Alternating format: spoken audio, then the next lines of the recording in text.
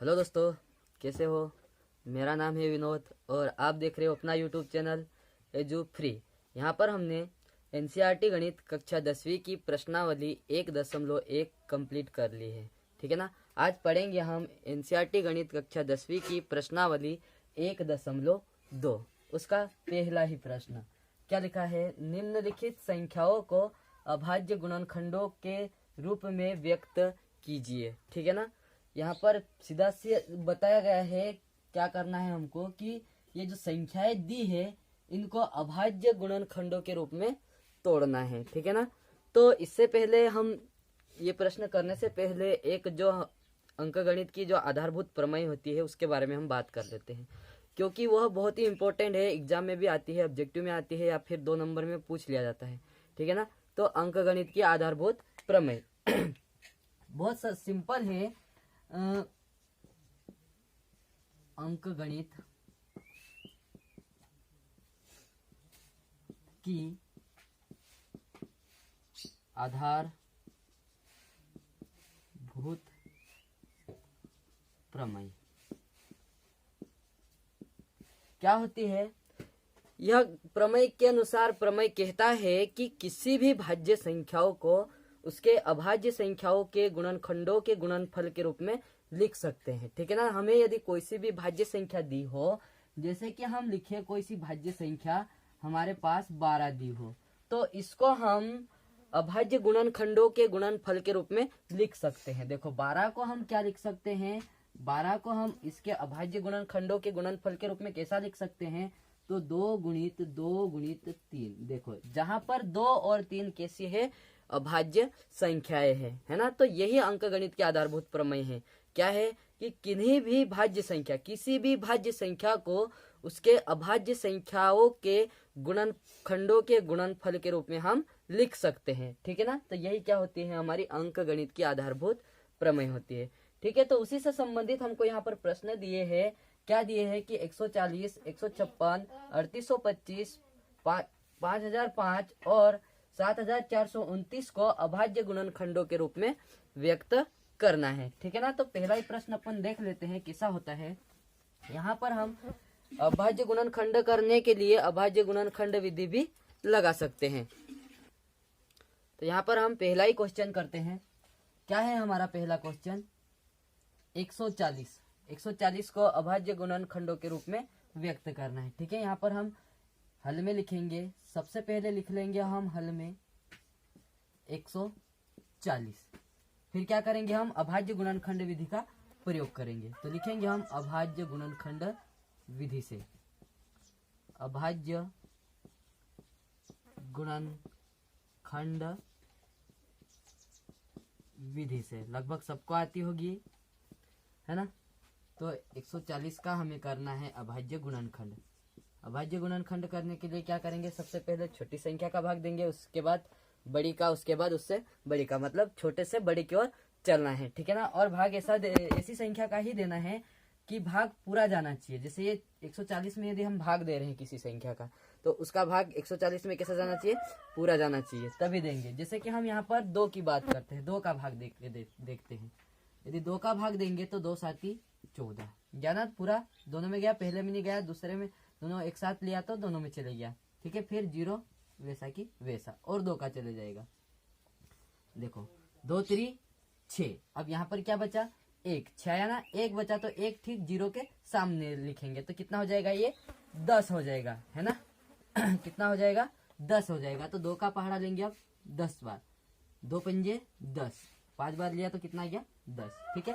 अब यहाँ पर क्या बचा हमारे पास, यहाँ पर 35 बच गया। अब देखो, अब 2 का पहाड़ा, 2 का भाग नहीं जाएगा, तो हम कोई सी दूसरी संख्या ले लेते हैं। 3 का भी नहीं जाएगा, किसका जाएगा, 5 का, तो 5 का देते अपन। 5 7 35। ठीक है ना। फिर हम भाग देते हैं 7 का, क्योंकि हमारे पास क्या बचा है, केवल 7। यही क्या है, अभाज्य गुणनखंड विधि। इससे हमने क्या किया कि जो हमारा 140 था, क्या था, 140 था, तो 140 को हमने किस रूप में लिख दिया, यहाँ पर 2 गुणित 2 गुणित 5 गुणित 7। यही क्या है, इसके अभाज्य गुणनखंड। हम इसको थोड़ा और भी लिख सकते हैं कि जो समान हमको गुणनखंड दिखते हैं उनको हम घातों के रूप में भी लिख सकते हैं। तो यहाँ पर क्या लिखा है 140 बराबर 2 का गुणा यहाँ पर 2 बार हो रहा है, तो हम क्या कर देंगे 2 की घात कितनी लिख देंगे 2 और गुणित में 5 और गुणित 7। ठीक है ना, यहाँ पर नहीं दिख रहा है, थोड़ा ऊपर लिखना पड़ेगा लग रहा है। 140 बराबर 2 की घात 2 गुणित 5 गुणित 7। ठीक है ना, तो ये क्या हो जाएगा हमारा आंसर हो जाएगा। आया समझ में, नोट कर सकते हो, है ना। चलो अगला सवाल देखते हैं। अगला क्या है हमारा 156, दूसरे वाला का हल कर रहे हैं अब, है ना। 156 हल में लिखेंगे सबसे पहले 156। ठीक है, उसके बाद कौन सी विधि लगाएंगे, अभाज्य गुणनखंड विधि, वही लगाएंगे अभाज्य गुणनखंड विधि से। सभी प्रश्नों में यही विधि लगाएंगे, इसी से हम अभाज्य गुणनखंड करेंगे जो भी संख्या दी है। तो 156 को हम तोड़ेंगे। देखो यहाँ से हम पता कैसे करते हैं कि इस संख्या में किसका भाग जाएगा। लगभग आखिरी में यदि सम अंक हो, सब इकाई में यदि सम अंक हो ना, तो वहां पर 2 का भाग चले जाता है। ठीक है, और यदि 5 हो या 0 हो तो 5 का भाग भी चले जाता है। ये बात ध्यान रखना है अपने को। तो यहाँ पर सम अंक दिख रहा है, मतलब किसका भाग चला जाएगा 2 का। देखते अपन 2 का, तो 2 7 14, बचा कितना 1, तो ये हो गया 16, 2 8 16। ठीक है, फिर और 2 का चले जाएगा तो कितना हो जाएगा ये 2 3 6, बचा कितना 1, तो ये हो गया 18। अब 2 9 18। ठीक है, अब क्या आया 3 और 9 आया, मतलब किसका भाग चले जाएगा हमारा 3 का चले जाएगा। 3 एकम 3 और 9 में जाएगा तो 3 3 9। देखो अब 13 आ गया, तो 13 तो एक हमारी अभाज्य संख्या है। कैसी संख्या है, अभाज्य संख्या है, तो 13 में किसका भाग जाता है 13 का ही जाता है। 13 एकम 13। तो यहाँ पर हमने 156 को अभाज्य गुणनखंडों के गुणनफल के रूप में तोड़ा है, तो इसको लिख सकते हैं हम 2 गुणित 3 गुणित 13।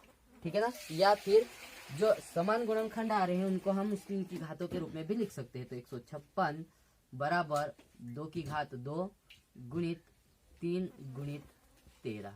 ठीक है ना, यही क्या हो जाएगा हमारा आंसर हो जाएगा। आया समझ में। तो अगला सवाल भी वैसे ही करना है, देख लेते हैं, इसको नोट कर सकते हो। यार पूरा मिटा दिया मैंने। अगला सवाल देख लेते हैं हम, क्या है अगला सवाल हमारे पास 3825। कितना है 3825। तो लिख लेते हैं हल में 3825। कौन सी विधि लगाएंगे हम, अभाज्य गुणनखंड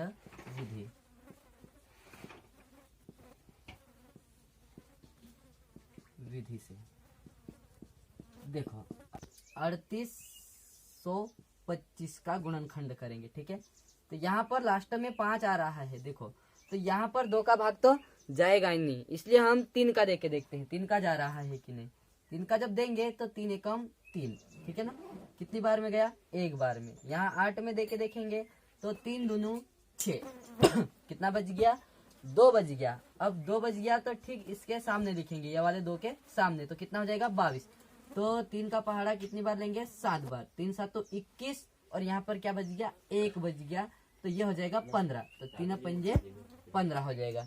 ठीक है ना, अब देखते हैं और देके देखते हैं 3 का भाग, है ना। तो 3 चौके 12। ठीक है, 3 दूनू 6, यहाँ पर कितना बच गया 1 बच गया, तो ठीक हम 5 के आगे लिखेंगे तो 15 हो जाएगा। 3 पंजे 15। ठीक है, यहाँ तक क्या देखा हमने, 3 का भाग चले गया। किसका भाग चले गया, 3 का भाग चले गया। ठीक है, तो यहाँ से आगे 3 का भाग नहीं जाएगा, क्योंकि 3 एकम 3 और बचेगा 1, तो ये 12 हो जाएगा। 3 चौक 12 और बचेगा लास्ट में 5, तो 5 में नहीं जाता है, इसलिए किसका देंगे आप 5 का। 3 से बड़ी अभाज्य संख्या कौन सी होती है, 5 होती है। तो 5 8 40, बचा 2, 5 पंजे 25, ये कितना हो गया 25 हो गया। देखो 5 8 40, बचा 2, 25 हो गया।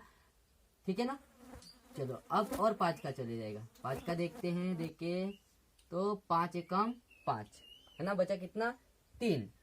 तो कितना हो गया यहाँ पर 35, तो 5 7 35। ठीक है, अब कितना बचा हमारा 17, जो कि एक अभाज्य संख्या है। तो 17 का 17 में देंगे तो 17 एकम 17।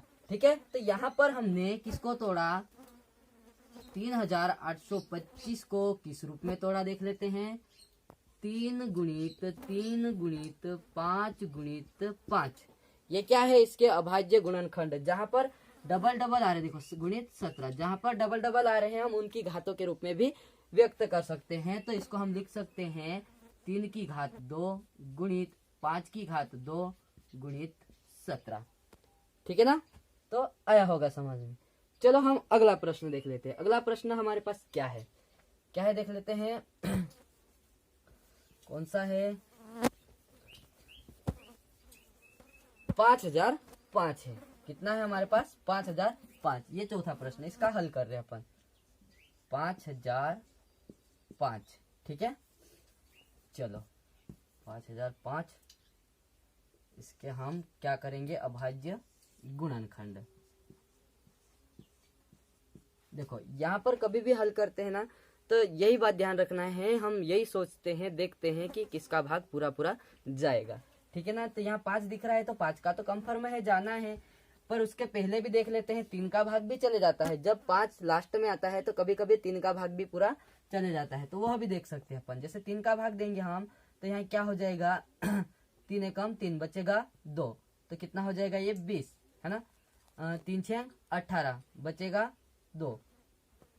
ठीक है, नहीं जाएगा, 3 का भाग नहीं जा रहा है, तो किसका देके देखते हैं अपन, 5 का। तो 5 का 5 में देंगे तो 5 एकम 5, बचा 0, यहाँ भी 0, 5 एकम 5, 0 का 0। ठीक है ना, अब 5 का भाग भी नहीं जाएगा, किसका जाएगा देख लेते हैं। अब यहाँ पर हम 7 का भाग देके देखते हैं। चलो 7 का दें तो क्या हो जाएगा, यहाँ पर 5 का तो नहीं जा रहा है अब, क्योंकि 1 आ गया है, तो 7 का जा सकता है। तो 7 एकम 7, बचा कितना 3, कितना बचा 3, तो ये कितना हो जाएगा, 0 के ठीक सामने लिखेंगे तो 30, तो 7 चौके 28, है ना। 28, तो कितना बचा 2, अब ये कितना हो गया, 1 के सामने 2 को लिखेंगे तो 21, तो 7 3 21 हो गया। ठीक है ना, अब और देख लेते हैं, अब 7 का जा रहा है क्या, नहीं जा रहा है, यहाँ पर 7 का भाग नहीं जा रहा है। ठीक है ना, तो किसका देखते हैं। अब 7 के बाद अभाज्य संख्या कौन सी आती है ना, 9 भी भाज्य है, 8 भी भाज्य है, 10 भी भाज्य है। तो 7 के बाद अभाज्य संख्या कौन सी आती है, 11। तो 11 का देख सकते हैं अपन, है ना। चलो देखे देखते हैं, तो 11 एकम 11, 14 में से 11 गया तो बचा कितना 3, तो 3 ठीक इसके सामने लिखेंगे तो 33 हो जाएगा। तो 11 3 33। ठीक है ना, अब 13 आ गया है, तो 13 एक हमारी कैसी संख्या है, अभाज्य संख्या है। जब हमने 5005 के अभाज्य गुणनखंड किए तो क्या आया हमारे पास, 5 गुणित 7 गुणित 11 गुणित 13। देखो यहाँ पर कोई से भी समान गुणनखंड नहीं है, इसलिए यहाँ पर घातों में लिखने की जरूरत नहीं। तो यही क्या हो जाएगा, हमारा आंसर हो जाएगा। ठीक है, समझ में आया ना। अब आखिरी वाला प्रश्न देख लेते हैं। आखिरी वाला प्रश्न क्या है हमारे पास, देखो ये वाला प्रश्न नोट कर सकते हो। ठीक है, चलो आखिरी वाला प्रश्न देख लेते हैं अपन। क्या है हमारा आखिरी वाला प्रश्न, बहुत सिंपल है ना। क्या है, 7429, कितना है 7429। इसके हमको क्या करना है, अभाज्य गुणनखंड करना है। तो हल में लिखेंगे हम 7429। देखो इसको भी सेम ऐसे ही करना है जैसे हमने पिछले हमारे 4 प्रश्न किए, सेम टू सेम ऐसा ही करना है। गुणनखंड करना है हर बार, मतलब ऐसी संख्या का भाग देना है जो कि पूरा जाना चाहिए। ठीक है ना, तो यहाँ मैं एक तुमको बता देता हूँ कि इसमें एक तो 17 का भाग जाएगा, एक 19 का भाग जाएगा और एक 23 का भाग जाएगा। मतलब कि इसको यदि हम गुणनखंड के रूप में तोड़ेंगे तो 17 गुणित 19 गुणित 23 आएगा। ठीक है ना, तो ये करके देखना, यदि नहीं आता है तो बताओ मेरे को। ठीक है, चलो थैंक यू।